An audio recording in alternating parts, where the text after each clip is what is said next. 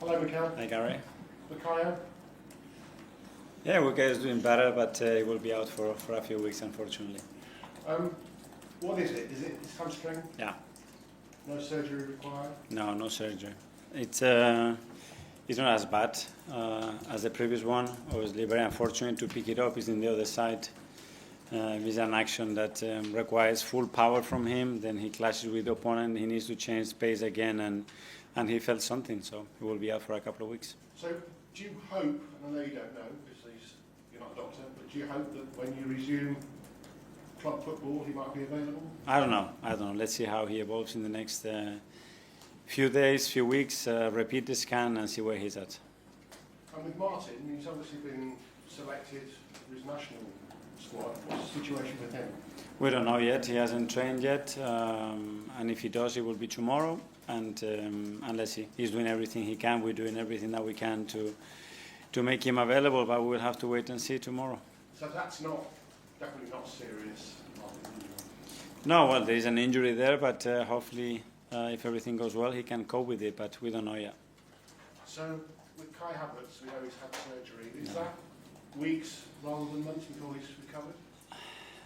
I think it will be weeks, but I don't know how many months. Very unfortunate, very sad for him. I think he did tremendously well to recover from the previous one. He's never had an injury before.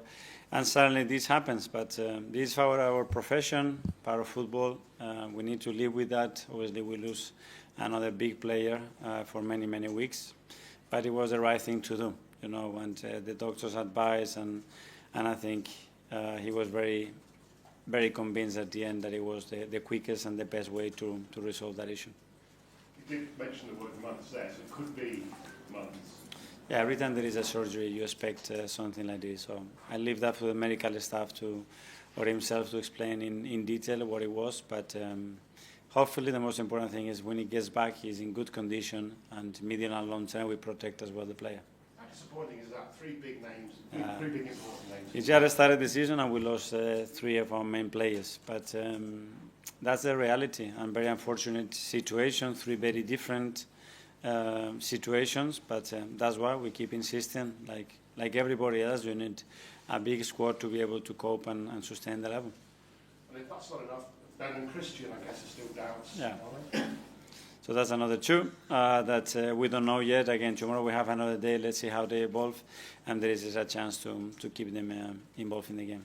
On the brighter side, Arteta has had a great week's training. Fitted in really well. Tell us about his first week here. Yeah, really impressed with him. I heard a lot of things about him. I spoke to a lot of people about him. Really bright, very special energy, a special aura around him, and yeah, really willing. He's already gathering a lot of information, the things that we want to see on that pitch, but especially make sure that he has the freedom and the capacity to express his quality, which is the reason why we brought him here. Even more so than you'd heard in terms of his character, his personality, a great guy. Yes, very impressed with that, yeah. So straight in then, given the situation with Martin potentially as a number 10 at Anfield. We have options in that position, and that's a good thing that we have this year. So let's see, as I said, another day, and I'm not going to give you any clues, obviously. The fact that he adds to your ability to be unpredictable, that's one of the reasons you wanted him there, I guess. Sure, and we have a lot of players now. They can play in different positions and they can fulfill gaps when we have them. And looking at the start of the season that we already had with injuries, that's going to be very necessary. So very happy to have the ability to do that. Hincapié. His name's been linked with you before the window closes. Bayer Leverkusen, again, the fact that he's versatile is the kind of player you like. You know the answer to that. I cannot talk about players that are not part of our squad. Well, I'll just ask you a supercomputer question before I finish. Okay, sure. The supercomputer tells me that it's the first time in 8 years that the top two teams the season before have faced each other so early in the season. It's the earliest for 8 years. Is that a shame? Should it have been later in the season? Would you prefer it later in the season? Is what it is. We have to play them. They are the champions. They are a champion for a reason, because they deserve to be champion. They were the better team last year, the most consistent one, the one that find ways to win in many different ways. and we want to be that team this year, and we need to go to Anfield with that spirit and that conviction. Thank you. Anita, Premier League? Hi, Mikel. Hello. So obviously you've seen Eze in training for a week. Yeah.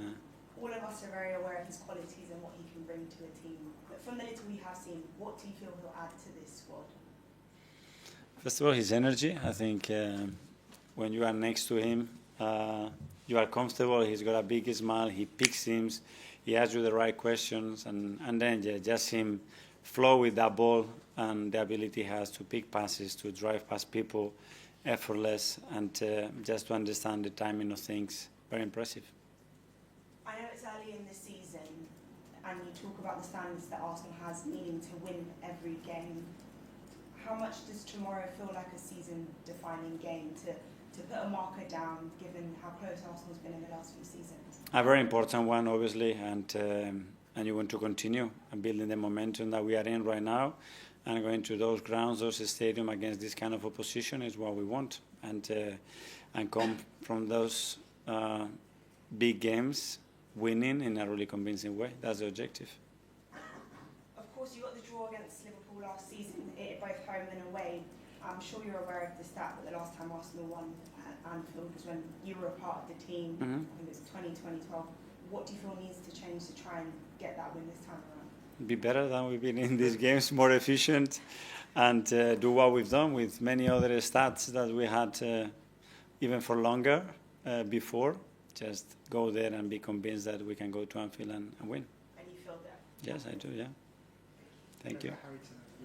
Mikel, Arne Slot's been talking about the subtle differences to the way that your team plays now with a kind of out-and-out number 9 up top. They've made a lot of transfers this summer and they've changed things up top. Is there any differences you've noticed to the way Liverpool play and the way you're going to approach the game? Yes, because I think the individual characteristics at the end is what it changes, molds or evolves a team, and it's clear that a certain player receiving the ball in certain areas with different qualities, the outcome is going to be different. And they made a lot of signings, really good signings. They keep evolving the squad like we've done as well. So big match ahead. Okay, Tom from London. Hi, Mikel. Hi. You described the United game as a bit of a basketball match, and at Anfield there's like a chance for there to be opportunities that you're in control and they're in control. There's going to be a lot of counter-attacks. And you've signed some players like Victor and Ebere who suit moments in transition. Did you specifically target players like that would be good for these moments where you're going to hit teams on? We have to add values that are players that add value to things that can define football matches, and those two, they have the ability at the end to make the final action in many ways, to finish with the ball in the back of the net, which is the outcome that we want in every action that we have in our attacking phase. And those two, they're going to add this individual action, magic moments, and that's what we need to win games. And 27 injuries last season. I think 7 players have already been missing this season, which must be a big pain. Does it ever make you look internally? Is there anything more Arsenal can do for those situations, try and mitigate that, or do you kind of accept that it's part of the volume of matches clubs play these days?